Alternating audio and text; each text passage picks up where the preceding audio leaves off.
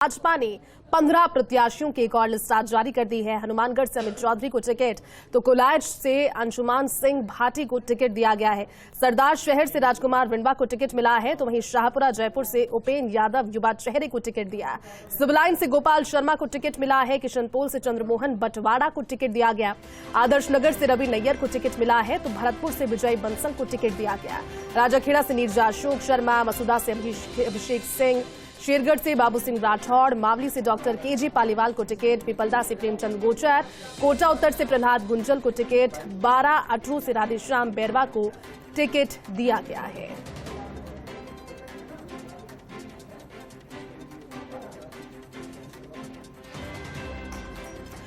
तो देखिए 15 नामों की एक और सूची और पूरा विश्लेषण सबसे पहले फर्स्ट इंडिया के जरिए आपने देखा, लेकिन चलिए इसे और ज्यादा डिकोड करते हैं क्योंकि चुनावी बिसात अब बीत चुकी है। सीधे न्यूज रूम का रुख करते हैं। हमारे साथ में पॉलिटिकल एडिटर योगेश शर्मा और वरिष्ठ सहयोगी ऐश्वर्या लाइव जुड़ चुके हैं। योगेश जी, ऐश्वर्या, 15 नामों की एक और सूची और आप कह सकते हैं चुनावी बिसात पूरी तरह से बिछ गई है। जो मोहरे आज तक छिपाए जा रहे थे वो मोहरे भी सभी के सामने, दलों की स्पष्ट तस्वीरें अब सभी के सामने। क्या कहेंगे इस लिस्ट को लेकर? देखिए, इस वक्त इस पूरी लिस्ट को लेकर विश्लेषण करना जरूरी है। जो ये नाम है, इन नामों के साथ कई इतिहास भी जुड़ गए हैं आज के साथ।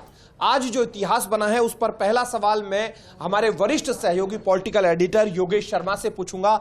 आज इतिहास क्या बना है, इसी के साथ अगर जोड़ते हैं इस पूरी लिस्ट में जो आपने नाम देखे, क्योंकि 3 नामों का जिक्र है, अशोक परनामी, अरुण चतुर्वेदी और राव राजेंद्र सिंह। हालांकि 2 नाम और हैं जिनमें मोहनलाल गुप्ता और दूसरे धर्मनारायण जोशी है। हालांकि 3 नाम काफी बड़े हैं। क्या इतिहास देखते हैं, क्या इस तरीके से पहले भी हुआ है बीजेपी की पॉलिटिक्स में?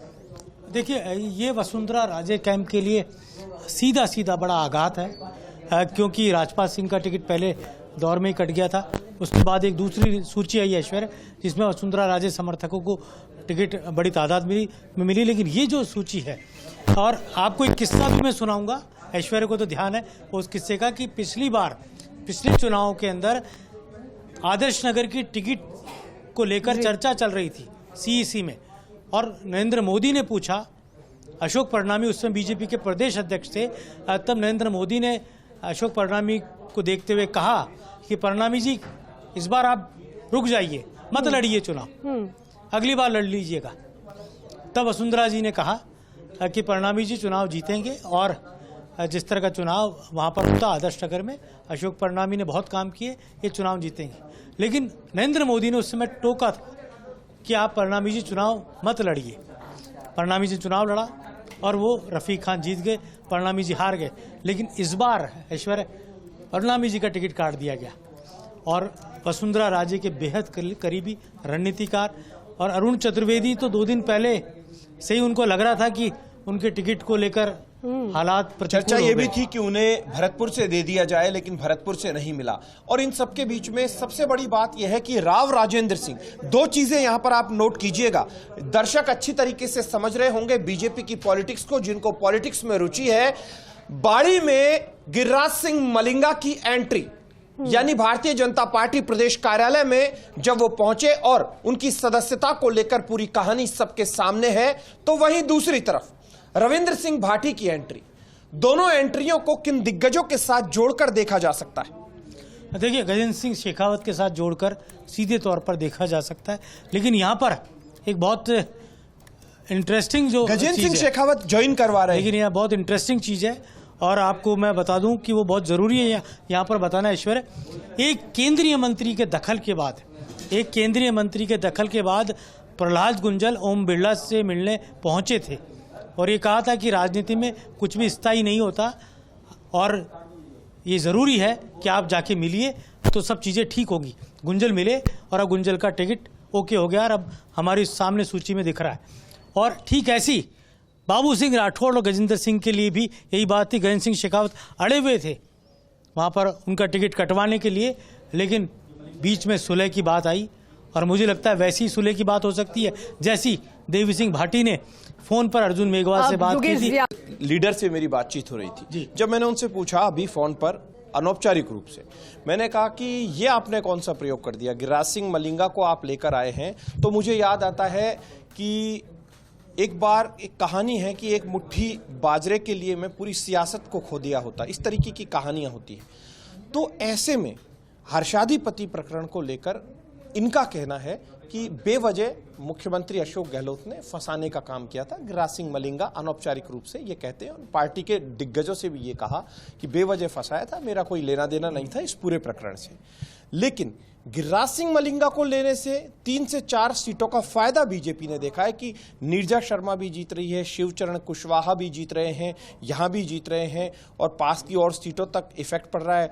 तो क्या इस तरीके का गणित सोचा गया है, या फिर, क्योंकि जब ये बात मलिंगा की आ रही है तो मुझे मलिंगा पर ही बात करनी चाहिए।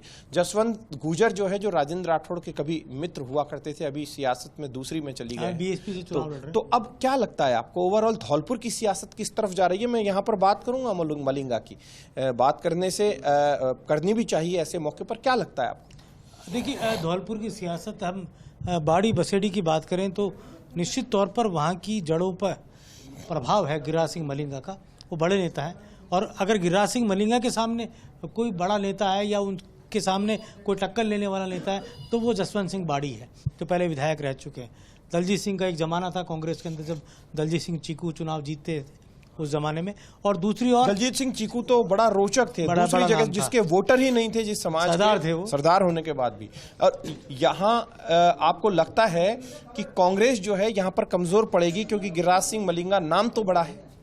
देखिए, यहाँ बिल्कुल यहाँ की फिजा थोड़ी अलग सी नजर आई है, और अब क्योंकि जगन कोठी से भी उम्मीदवारी सामने आ गई है, वहाँ पर स्वर्गीय अशोक शर्मा जी की कहा जा सकता है परिवार से टिकट दे दिया गया, अशोक शर्मा की पत्नी, और एक तरह से एक सिंपैथी कार्ड वहां पर खेला गया है। और राजाखेड़ा में बहुतायत में ब्राह्मण वर्ग है, तो उसको साधने की कोशिश होगी। और यहाँ पर मूल रूप से धौलपुर के ही रहने वाले, क्योंकि बोहरा परिवार हो चाहे बनवारीलाल जी का परिवार हो, ये दोनों मूल रूप से रहते धौलपुर में। अब दोनों ही परिवार राजाखेड़ा में चुनाव। मैं वापस से आता हूं, सारिका चौधरी की जगह बैरवा को मौका दिया गया है। बैरवा को लेकर कहानी क्या है? क्योंकि अभी हम बातचीत कर रहे थे, मैं यहाँ पर भी दर्शक भी जानना चाहेंगे, क्योंकि कई सीटें ऐसी होती है जिन पर चर्चा रह जाती है। क्या देखिए सारिका का टिकट हो गया था, दो टिकट बता देता हूँ आपको जो बदले गए। लेकिन यह मुफीद है क्या बैरवा? या मुफीद है, यहाँ वोट बैंक है बैरवा समाज का, और मुझे लगता है बीजेपी को बैरवा को साधना था, क्योंकि कांग्रेस ने रामगोपाल बैरवा का टिकट काटा है, तो यहाँ बैरवा को साधना था। दूसरी ओर सारिका का जो जाति प्रमाण पत्र था, कल रात को ही बीजेपी के बड़े नेता को पता लगा कि जाति प्रमाण पत्र को लेकर संशय पैदा हो गया, गफलत पैदा हो गई है, और उसके बाद वो एमपी से बना हुआ जाति प्रमाण पत्र था, यहाँ का भी नहीं था, और वो ओबीसी का था, और सीट रिजर्व है, तो उस कारण ये टिकट बदला गया। और जो पूनम कुमार भाटी का कोलाइस से टिकट बदलने की बात है, तो वो उनकी तबीयत नासाज होने के कारण टिकट बदला गया। एक चीज और स्वास्थ्य ठीक नहीं है। एक चीज और कही जाती है कि राजपूत समाज है, घूंघट प्रथा होती है, अमूमन सभी समाजों में होती है, राजस्थान में इस चीज से इनकार नहीं कर सकते, और ये एक रिवाज है। भले ही घूंघट प्रथा का आज के दौर में कई जगह विरोध होता हो, तो ऐसे में जब देवी सिंह भाटी खुद निकलते अपनी पुत्रवधू को लेकर, तो संवाद नहीं हो पाता, बातचीत नहीं हो पाती, इसलिए पौत्र को टिकट दिया गया है, जिससे कि दोनों दादा पोते एक साथ निकल सके। क्या मानते हैं? देखिए, टिकट तो पूनम कंवर का हो गया था और बदलने वाली बात भी नहीं थी, लेकिन जैसा मैंने कहा कि स्वास्थ्य कारण, स्किन डिजीज ये कारण बताया गया है मुझे कि जो एक प्रॉब्लम है उनके साथ, और उसका इलाज भी चल रहा है, तो ये भी एक कारण रहा, और इस कारण वो टिकट को चेंज करने की बात सामने आई।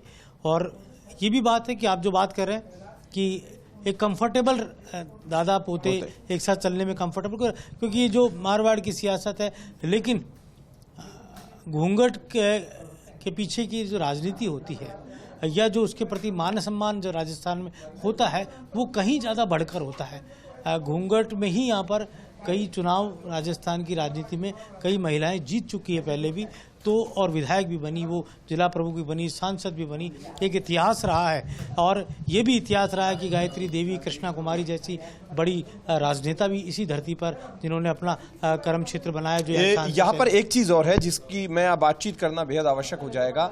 यहाँ पर प्रयोग जो है, जयपुर शहर को आप आर देखेंगे या पार, जयपुर शहर में प्रयोग किए गए, सबको पता है इस बार प्रयोग हुए हैं, तो ये प्रयोग आर लाएंगे या पार, या तो सारी सीटें जीत जाएंगे या फिर कुछ एक जीतेंगे या फिर कुछ एक हारने की उम्मीद है? क्या लगता है? देखिए, पहली बात तो ये है कि खंडेलवाल कार्ड खेलना था,